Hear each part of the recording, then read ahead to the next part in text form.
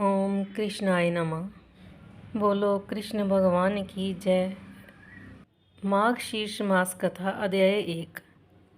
ये स्कंद पुराण के वैष्णव खंड के मार्गशीर्ष महात्म्य का पहला अध्याय है। इसमें मार्गशीर्ष माह में पवित्र स्नान के फल का वर्णन किया गया है। श्री गणेश जी को प्रणाम। यहाँ मार्गशीर्ष महीने की महिमा का वर्णन शुरू होता है। सूत जी ने कहा, मैं माधव श्री कृष्ण को नमस्कार करता हूँ जो देवकी के पुत्र हैं, सभी लोगों के आनंद का कारण हैं और संसारिक सुख और मोक्ष के दाता हैं और जो अपने भक्तों से प्रेम करते हैं। ऐसे में इस महीने में भगवान श्री कृष्ण की पूजा करने से जीवन की सभी सुखों का आनंद मिलता है और अंत में मोक्ष की प्राप्ति होती है। चलिए पहला अध्याय शुरू करते हैं।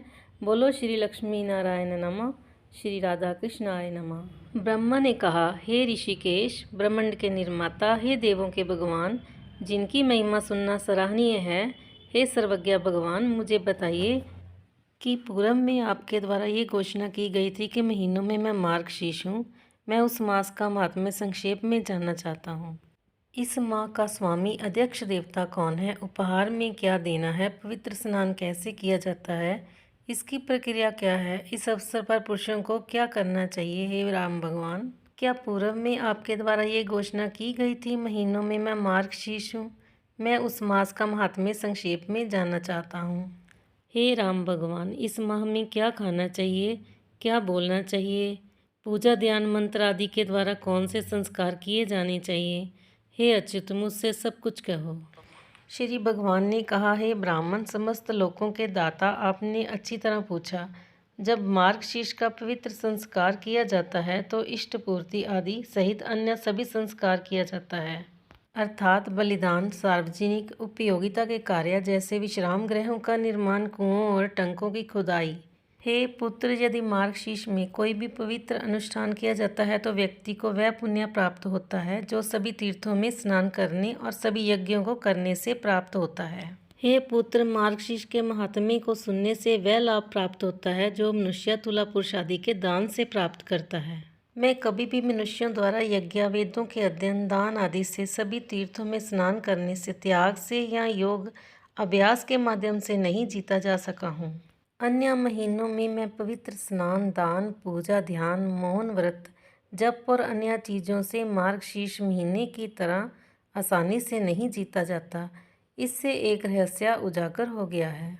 ये सोचकर कि ये मुझे प्राप्त करने का साधन है, देवताओं ने अन्य धर्मों आदि की रचना की है और इस प्रकार मार्गशीर्ष को स्वर्ग के निवासियों देवताओं द्वारा एक अच्छी तरह से सुरक्षित रहस्य बना दिया गया है। मार्गशीर्ष वह महीना है जो मुझे प्राप्त करने के लिए अनुकूल है। इसमें अवश्य ही उन पुण्य कर्म वाले लोगों द्वारा पवित्र अनुष्ठान किया जाना चाहिए जो मेरे प्रति समर्पित हैं।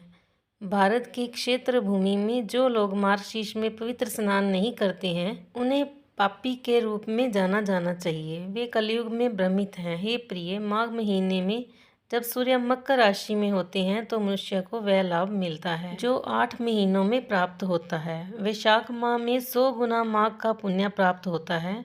सूर्य के तुला राशि में होने पर 1000 गुना पुण्य प्राप्त होता है। सूर्य वृश्चिक राशि में हो तो करोड़ गुना पुण्य प्राप्त होता है। इसलिए मार्गशीर्ष सभी से श्रेष्ठ है, इसलिए मैं उसे हमेशा पसंद करता हूँ। यदि कोई मनुष्य भोर को उठकर विधि के अनुसार विधि पूर्वक पवित्र स्नान करे तो हे मेरे पुत्र, मैं उससे प्रसन्न होता हूँ और अपना प्राण भी उसे दे देता हूँ। इस संबंध में वे निम्नलिखित किस्सा उद्धृत करते हैं। हे पुत्र सुनो। नंदा चरवाहा एक महान आत्मा थी जो पृथ्वी पर बहुत प्रसिद्ध हुई। उसकी गोकुल नामक बस्ती में हजारों ग्वाले रहते थे। हे निष्पाप, उनका मन पहले मेरे स्वरूप में आसक्त हो गया था। मैंने उन्हें मार्गशीर्ष महीने में पवित्र स्नान करने का विचार दिया। उसके बाद सुबह उनके द्वारा विधिवत पवित्र स्नान किया गया, पूजा अर्चना की गई, हविष्य चावल का उन्होंने सेवन किया और उन्हें प्रणाम किया। जब इस प्रकार का पालन किया गया तो मैं प्रसन्न हो गया। सचमुच मैंने प्रसन्न होकर उन्हें वरदान दिया है। मेरा अपना सब तब उन्हें मेरे द्वारा प्रदान किया गया था।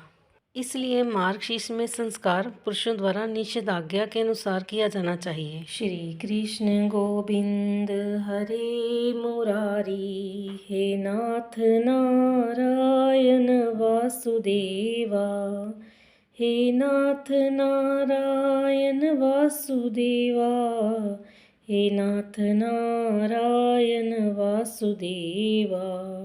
बोलो नारायण भगवान की जय।